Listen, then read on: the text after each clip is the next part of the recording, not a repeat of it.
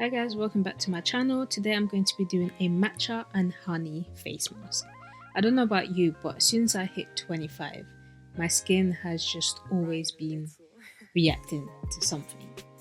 I had really clear skin before, as you can see in my previous video, but in the last year or so I've started getting hormonal acne, and that's left me with a lot of scars. So I've been going back to using DIY mask and skincare. Today I'm using a matcha and honey face mask.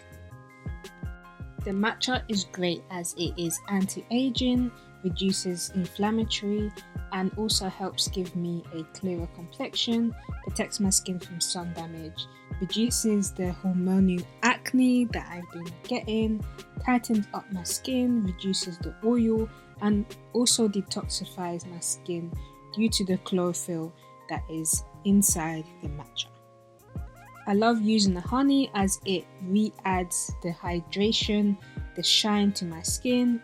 It also has some antibacterial properties. It is full of anti-inflammatories. It also exfoliates and helps with hyperpigmentation.